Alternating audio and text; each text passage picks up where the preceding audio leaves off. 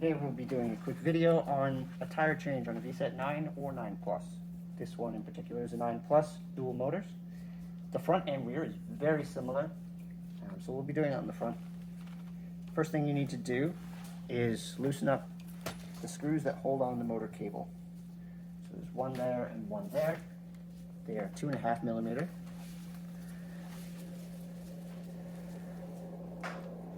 Hold on to those screws. They are pretty tiny and can get lost.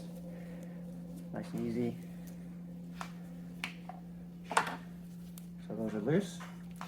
The next, all of this will need to be moved somewhere. So we want to make sure it has enough slack, and to do that, we're going to remove the front mudguard. You can also snip these zip ties and undo this cable wrap so that these two wires are separate and you can move them independently. We're going to remove the mudguard.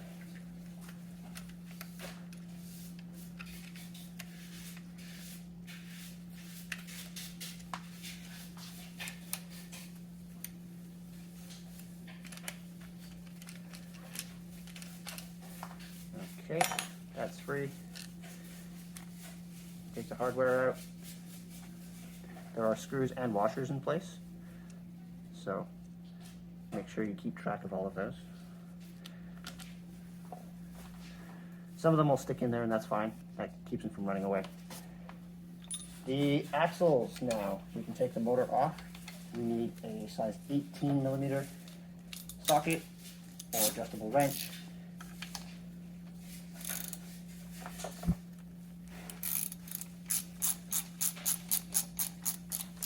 Loosen that one up. For the other side, you've got a motor cable in the way, so we'll need an adjustable wrench for this one. You can also get slotted wrenches to fit there as well.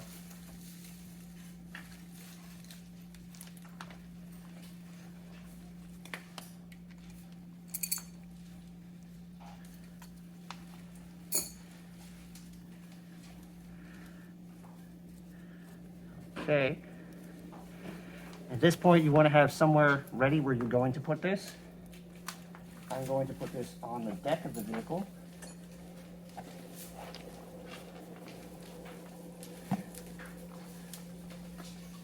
So you may need a flathead screwdriver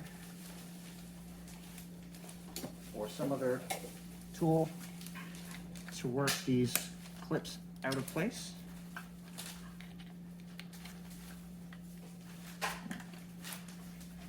Flathead screwdriver works best, but you just need something to pry them loose. So these clips need to be far enough out from the holes on the side so that this can be pulled loose. And we can take this and put it on our holder on the deck. You could use a piece of foam, a towel. You could even work on it on the floor next to the vehicle. But you want to make sure the vehicle doesn't move on you. To do this tire change, we will need to remove the brake disc because there are 6 screws that need to be removed to take the rim off, and the rim does not fit past the disc on this side.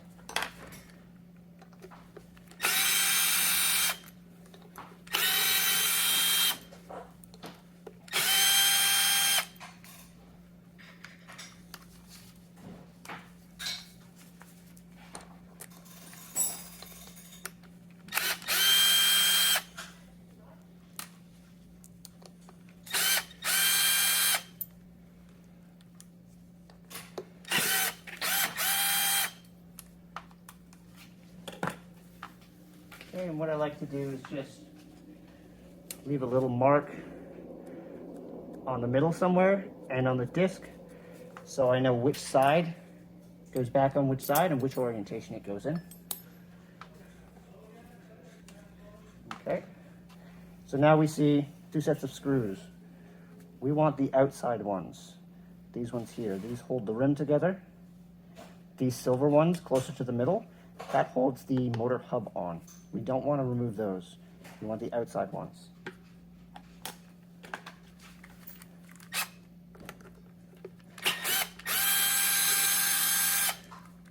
So all of these screws that are being removed are 4 millimeter.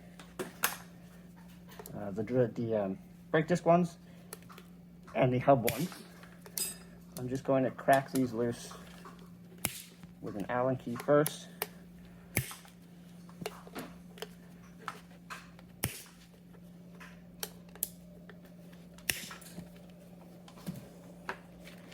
And that makes it nice and quick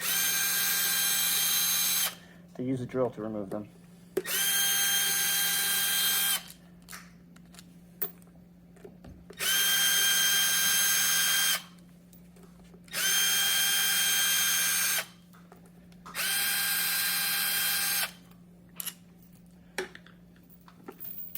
Okay, so set the hardware aside so you don't lose it. And now we should be able to lift off the tire and rim. You can see it wanting to lift up. Now, if we look at it from the side, this side of the tire it's seated on this side of the rim. So we may need to push it in to loosen it up.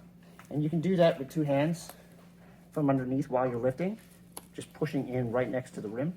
That loosens it up. We're going to wiggle it up. And now if we look in here, we have the valve that needs to be removed as well. So that might be a little annoying to get out. It might stick, but you want to pull that out as well. So to separate these, like the other side, this one is seated here. So you can use a flathead screwdriver, or I have a pair of tire levers. And you just wiggle that in and loosen up that section so that we can pull it apart. I'm pushing it from behind. If one spot doesn't work, you can try another one. Just loosen it up bit by bit. Soapy water also helps with this. So if it's too stubborn, you can use some soapy water, just spray it in there, and that'll loosen it right up. There we go. So right now the tube and tire are removed. Pay attention which side the valve goes in and comes out, and which way the tread is pointed. So for this one, the brake disc is on the right side of the front wheel, and the hole for the tube, the valve hole, comes out on the opposite side of the brake disc.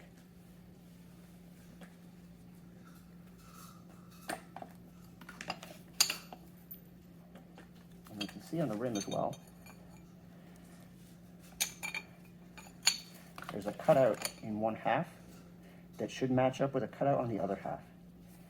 When you put it back together, it can go together different ways, but you need to make sure that those holes are lined up so that the valve can sit in there. So on the VSETT 9 Plus, the brake discs are both on the right-hand side, same side, so that makes it easy enough to check the tire direction. Tire direction needs to be angled pointing forwards on rotation, and the valve points away from the brake disc. So you need to orient your valve and your tread pattern in the same direction when you're putting together your new tire. So we have a new tire and a new tube. Going to fit them up together. I want my valve pointing the opposite direction of the brake disc. And we know the brake disc is on the right-hand side. And we're going to fit it just inside.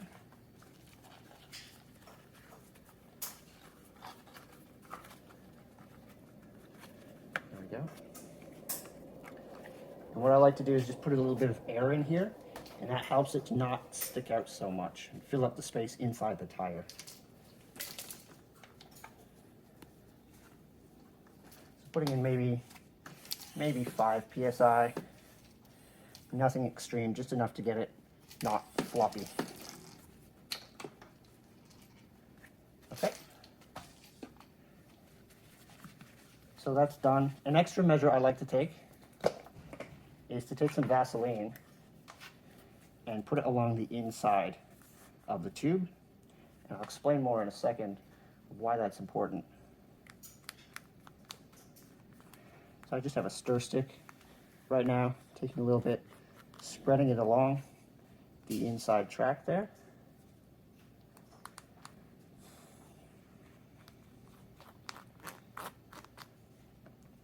It doesn't need to be a heavy application. So what I have on here, I can just scoop up and spread around, and that's plenty. You use your finger, spread it around as well.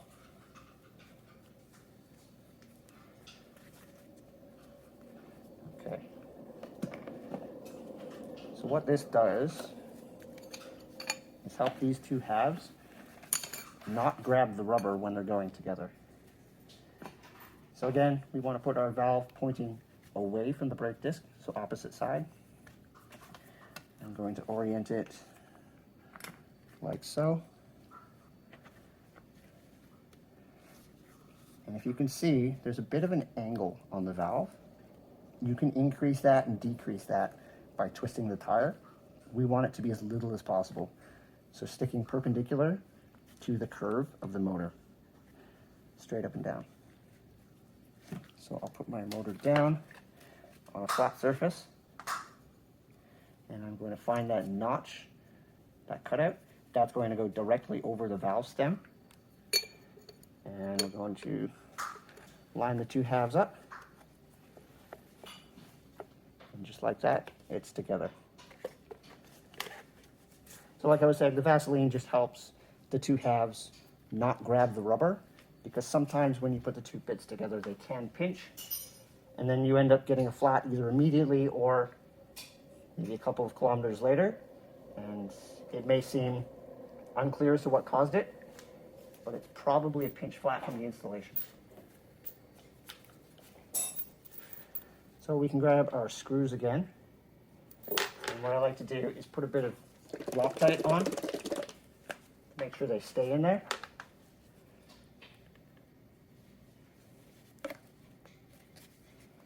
Okay, just a small amount on the end of the threads. Pop them in the hole. And I'll do the same for the brake disc ones as well, because these screws will see temperature changes because they're around a motor, as well as a lot of vibrations.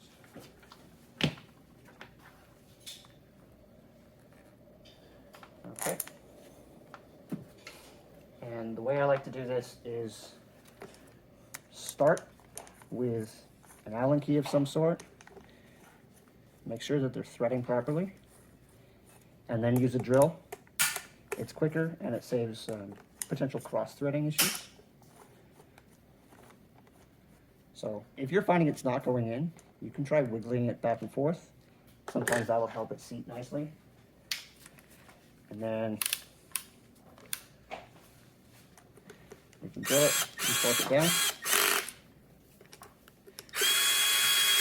It's a good idea to go cross pattern, star pattern. That just helps with even torquing pressure.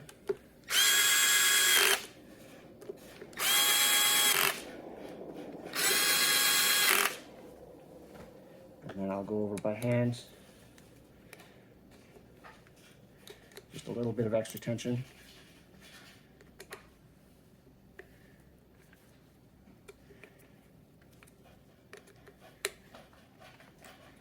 Okay, so at this point, we can inflate it. We want to make sure it holds pressure. It's also good to add a little bit of soapy water to the outside edge, and that helps the bead, which is the edge of the tire. This right here is the bead. There's a metal wire that runs all the way around. It helps that sit properly against the edge of the rim, and it needs to happen on both sides. So I'll put a little bit of soapy water over here too.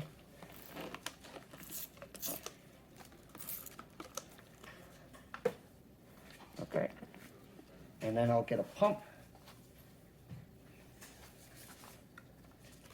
and we're going to inflate it. The VSETT 9 and 9 Plus may need a valve extender. They do come with one, but you can also purchase one at a bike store or online on Amazon.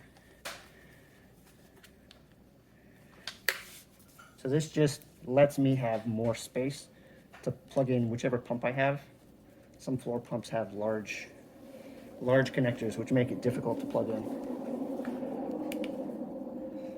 So I'm going to inflate this to about 45 to 50 psi. Just make sure it's sitting properly on the tube, or pardon me, on the rim.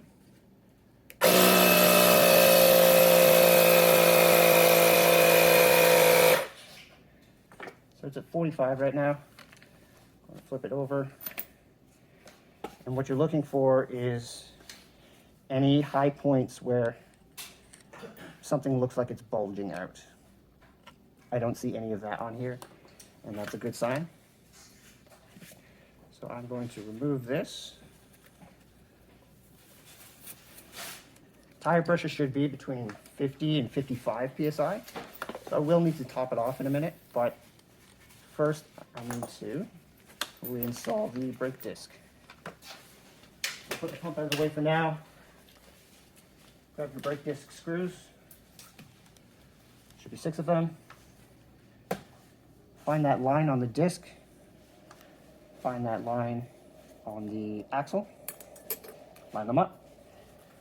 And like I said before, I like to use a tiny bit of Loctite on these as well. Keep them in place.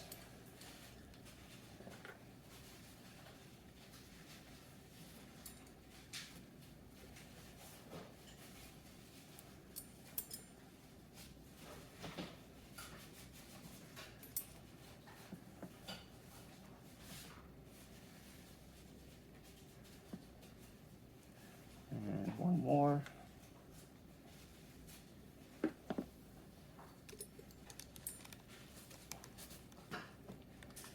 I like to start these by hand as well. These are smaller.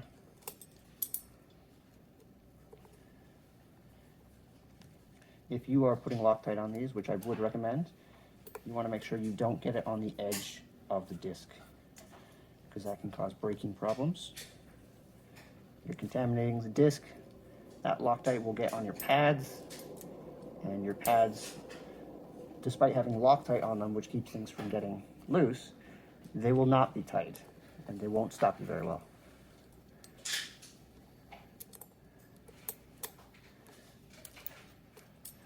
All right, and number 6.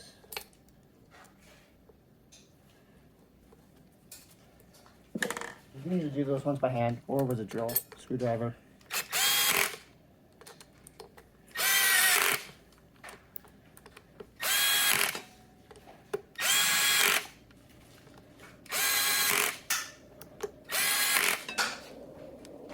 And again, just a little bit of extra support.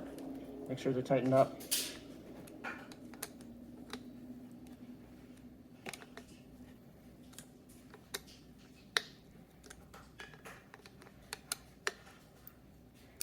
Okay. So that's together. We still need to inflate it, but we'll do that when it's on the ground. Now we can put everything back onto the vehicle. So we need to come down, rotate, make sure the disc is where the caliper is, make sure your tire is pointing in the right direction, make sure you don't have any twists in your motor line. If you do, you'll maybe need to twist your motor around once or twice to undo that. So you want to make sure these nuts on the outside are loose enough so that these hook washers can sit in the grooves that they're supposed to. And you need to line up the brake disc between the pads inside the caliper. This is going to be a little bit tricky, but you want to check in there. Make sure that this hook is pointing in and this hook is pointing in, and then wiggling it back and forth until it sets in place.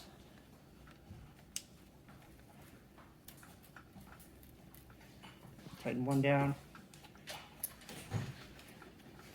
tighten the other down. So this is holding it in place. I can let go. I can grab the tools to tighten it up now.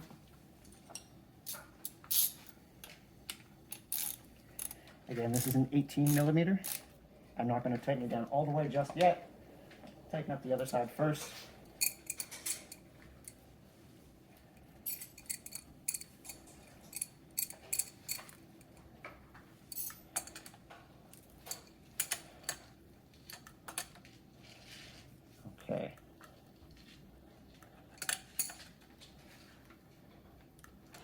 that torques down. And tighten the other side as well.